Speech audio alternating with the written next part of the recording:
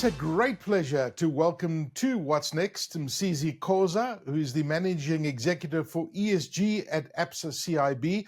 And certainly it's something that I'm very passionate about, and it's always good to see how Absa CIB and the Absa Group focus on those ESG targets and how important ESG targets are becoming for organizations leading up to 2030. And we know what's happening around with the environment. We know that sustainability is key for so many businesses today. So it's really nice to welcome you to the show, Msizi. How are you doing? I'm very well, thanks, Aki, and yourself. I'm very, very good, thank you. I mean, a job like yours, does sustainability bring a lot of pressure to yourself and to the bank, because everyone is looking at those 2030 targets, and I know you guys are making tremendous strides in it. Is it one of those jobs that is pressurized? How do you see your job at looking at those ESG targets at Absa CIB?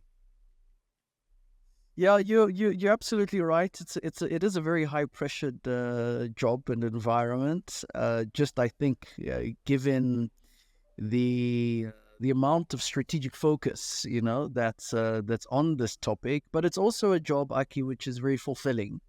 And because we're trying to do and make big changes and shifts in organizations, which are very difficult things to do. But so it's pressurized, but also very rewarding at the same time.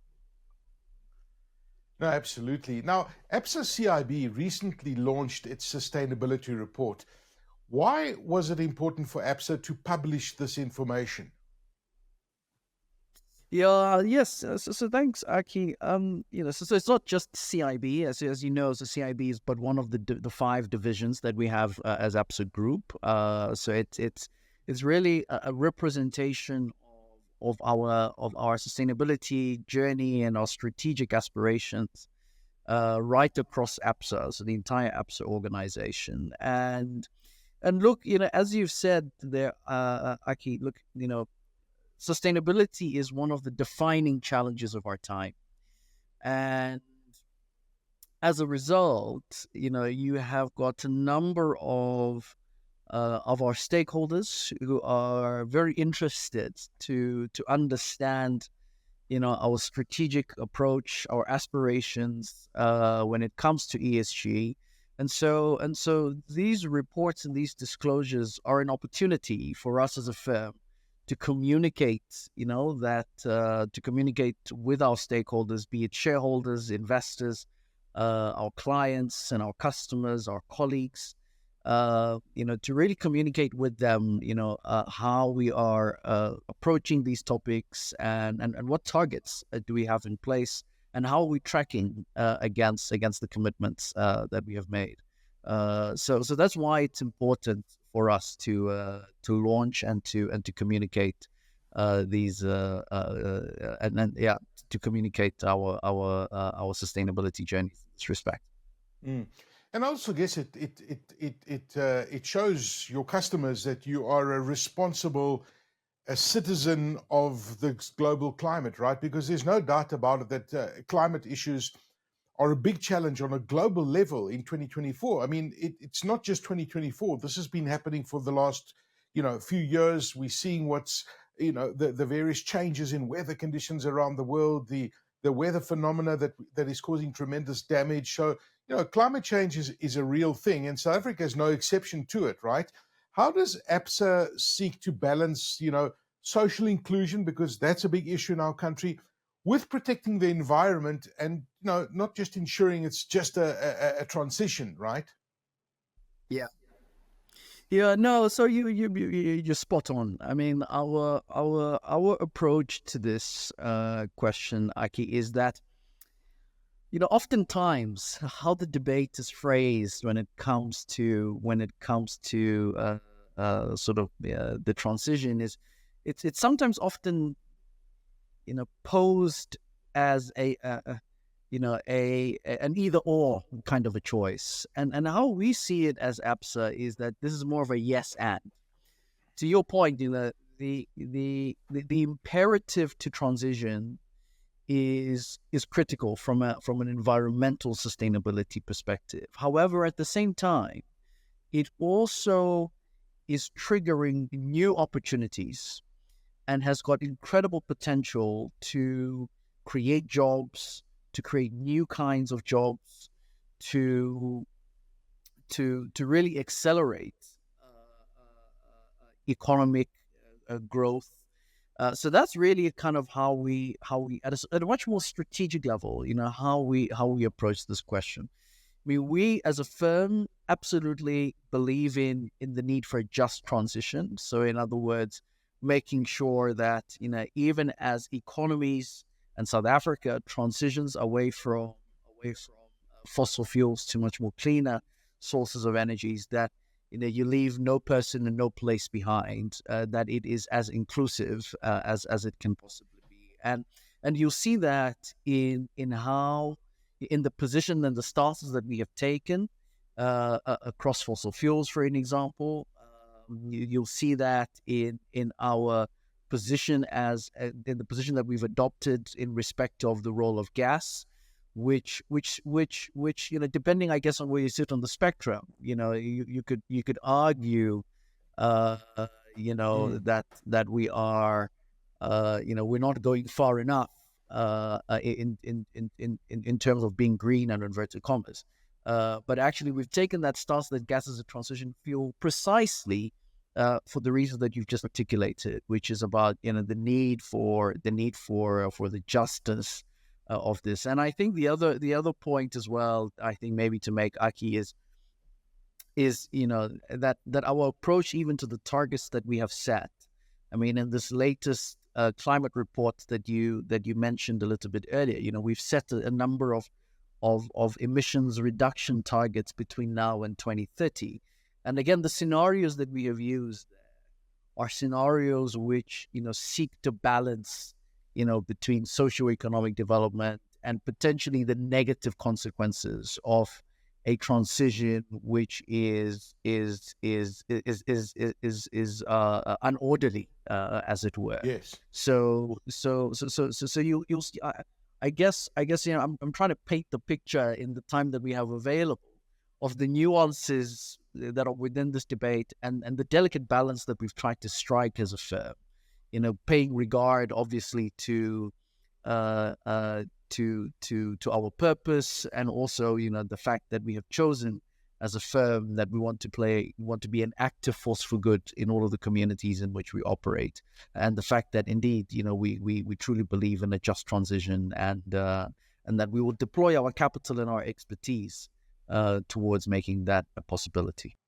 You mentioned fossil fuels earlier, and that's obviously quite a controversial sector, because we know fossil fuels and the impact that has on the environment. But certainly at Absa CIB, you guys put your money where your mouth is when you talk about these reports. Could you please expand and talk about your approach to the fossil fuel sector, as well as the oil and gas sector? Yeah, sure. Yeah, so I mean, I think there are a couple of maybe contextual things to say, right? So at the COP28, which is the Conference of the Parties, which took place in December of last year, in which we had quite a very senior delegation that went there.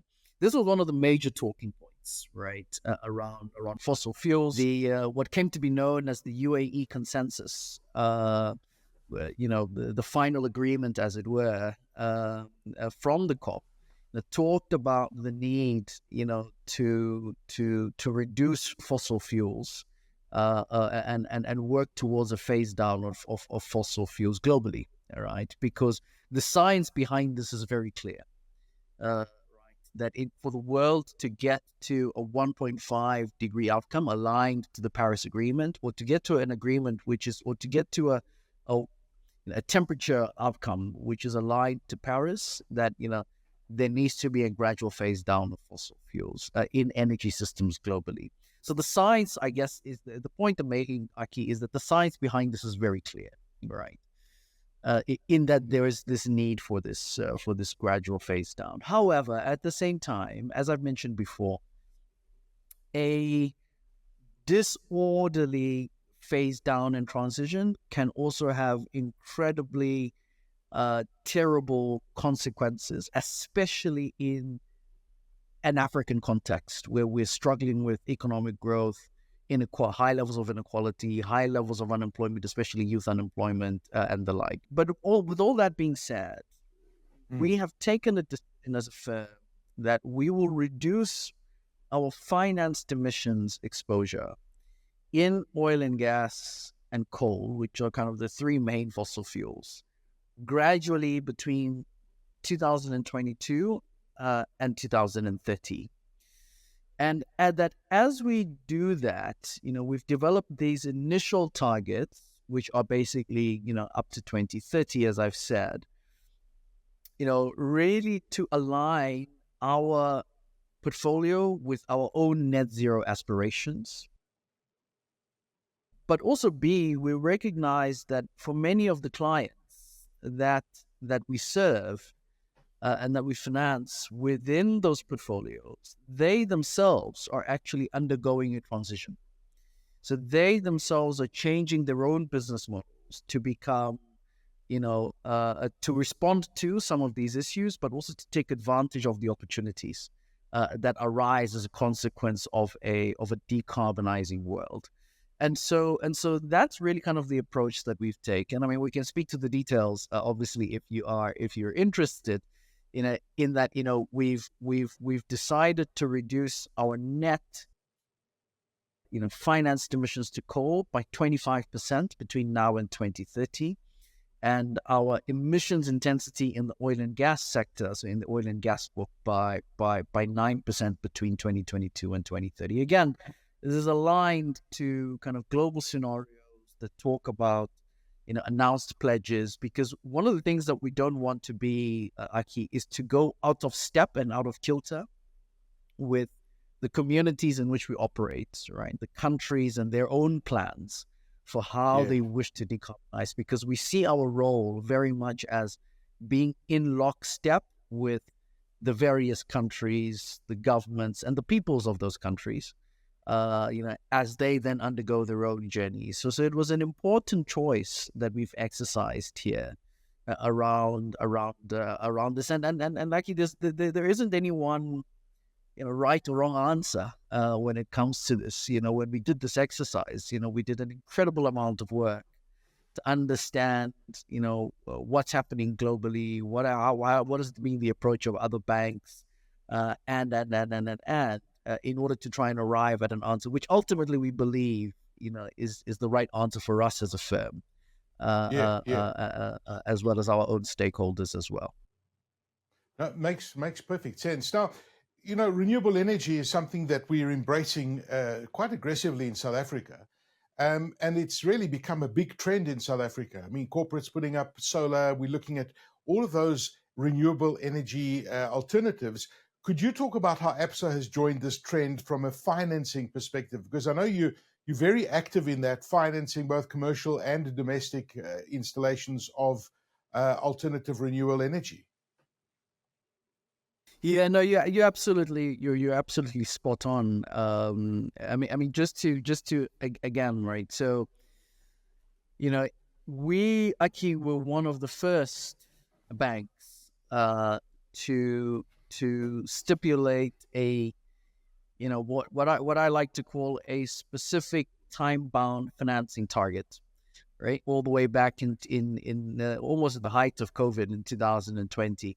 And we said that we wanted to mobilize 100 billion rands worth of sustainable financing by December of 2025.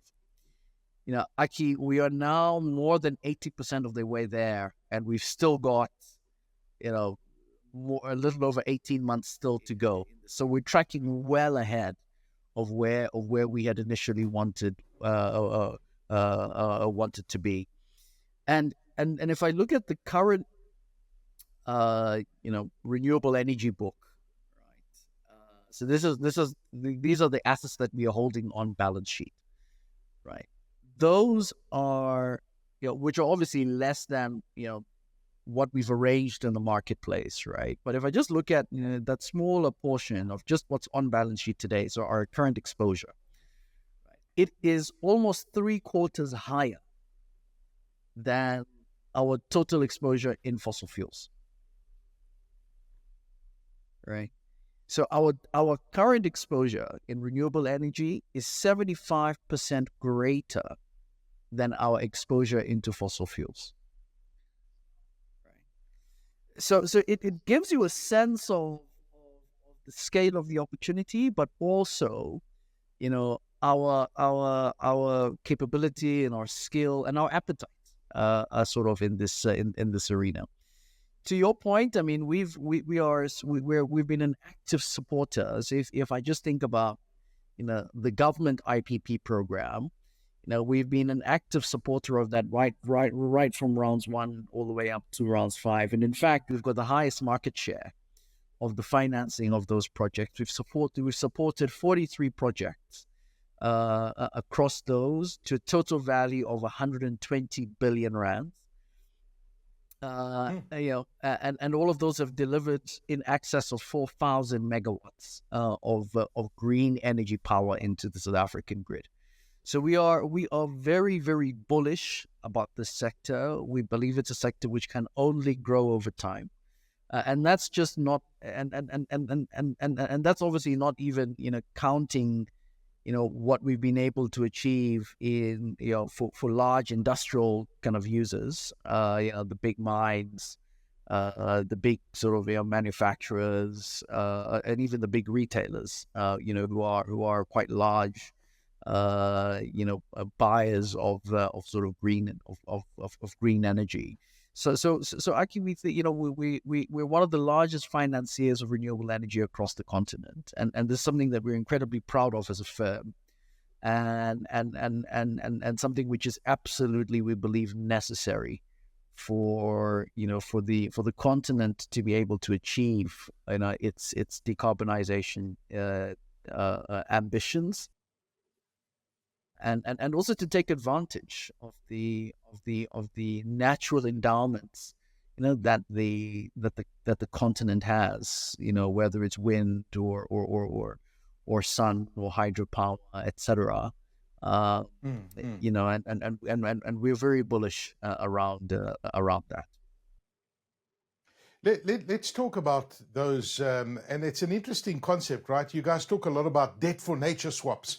And I heard that concept, and I mean, I kind of know because I put 2 and 2 together what it means. But what is a debt for nature swap? Can you give us that definition, please? Sure. So I mean, it sounds sometimes a little bit more complicated than it is, to be honest. But basically, what you have is it's a financial instrument where essentially. That's been used, by the way, elsewhere on the continent, but also globally as well, where a borrower or an issuer would issue an instrument to raise capital in the capital markets, and then is basically then granted some kind of relief. So the yield or the interest that is paid would then be slightly lower, on the back of an agreement that would exist between the investor, i.e. the person who's buying the debt, right, and the issuer, that a portion of the savings would then be applied to environmental environmental projects, right? And those could be a wide range, I mean, Gabon recently issued an instrument like this, so at a sovereign level. So this is now a government that has done it, where a portion of the interest saving, was then applied to what they would call kind of a blue initiative, so i.e., protection of biodiversity species, not protection of biodiversity species, but increasing biodiversity in their locales. And preserving freshwater bodies, etc. So that's really, in a nutshell, Aki, kind of what this thing. These debt for nature swaps, they present a great opportunity for South African SOEs, right, to recover from their economic challenges. So there is a benefit for us as South Africans. No, absolutely, absolutely. I mean, if you think about it, we had the budget speech from the Minister of Finance earlier on in the year, and all the things that perhaps was maybe lost in the announcements that came out is the fact that you know is the fact that nearly a fifth, so more than 20 cents of every rand that is collected, the interest bill in the country. Right, so every 1 rand, 20 cents goes towards servicing debt, right? Which obviously is an unsustainable kind of situation long term.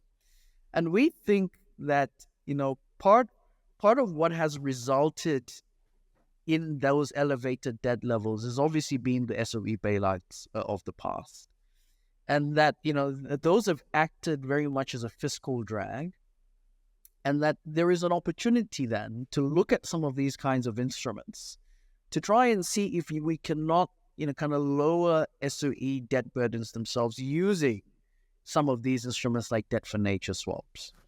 You can imagine that if you were, for an example, able to enter into that kind of a transaction with, let's say, an ESCOM or a Transnet, who are certainly in my mind some of the more obvious candidates, for something like this, because then you almost get a double benefit. Yeah, you lower their own interest burdens, and then in addition to that, you then are able to then use some of those savings to then be able to deploy that capital to to kind of environmental projects, which in and of themselves can have potential multiplier effects, depending, of course, on the nature of the projects and several other variables. Okay, I mean that's interesting, and I mean I love what Absa's doing around this, because you guys are very active in the space. The fact that you're publishing the reports shows that Absa is a very responsible global citizen. Now, talking about this process that you've just spoken about, the debt for nature, etc., in our conversation, how can Absa help with this particular process? So how does someone engage with Absa, and how can you guys help in the process? Sure. Sure. No, I mean, I think we can help in a number of different ways.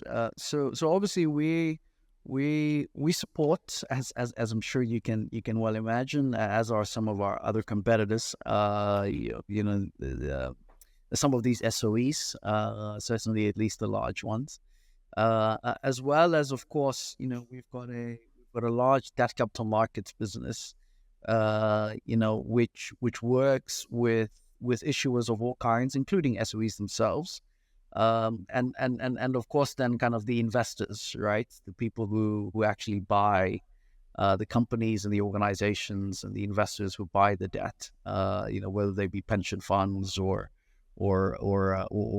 asset managers, and the like. And so we obviously kind of sit, I guess one could argue, kind of in the middle. And so we can bring all of those insights to bear, in assisting potential issuers who are looking at these kinds of instruments. But I think, Aki, maybe to go back, right to where we started our conversation this morning, the transition is going to require capital and specialized support. And we believe as a firm that we possess the necessary skills and the networks, what I've just alluded to now, as well as the capital, of course, to connect the ideas with the insights and the capital, in order for us, in order for the continent to achieve its aspirations when it comes to all of these topics. Fantastic. Listen, well done for your incredible efforts you're making as a group at Absa. I think that we this is not about us today. It's protecting the future of our children. It's protecting the future of our continent, and we've got to be responsible about it. Msizi Khoza is the Managing Executive for ESG at Absa CIB, outlining what Absa as an organization is doing. And Absa is massive, and a corporate citizen, outlining the future of our country and what they're doing for these processes and those ESG targets and how important they are. Msizi, thank you so much for your time and for really sharing your thoughts and telling us what Absa is doing in regard to the environment and sustainability. Thank you so very much, Aki. It's been an absolute pleasure talking to you this morning.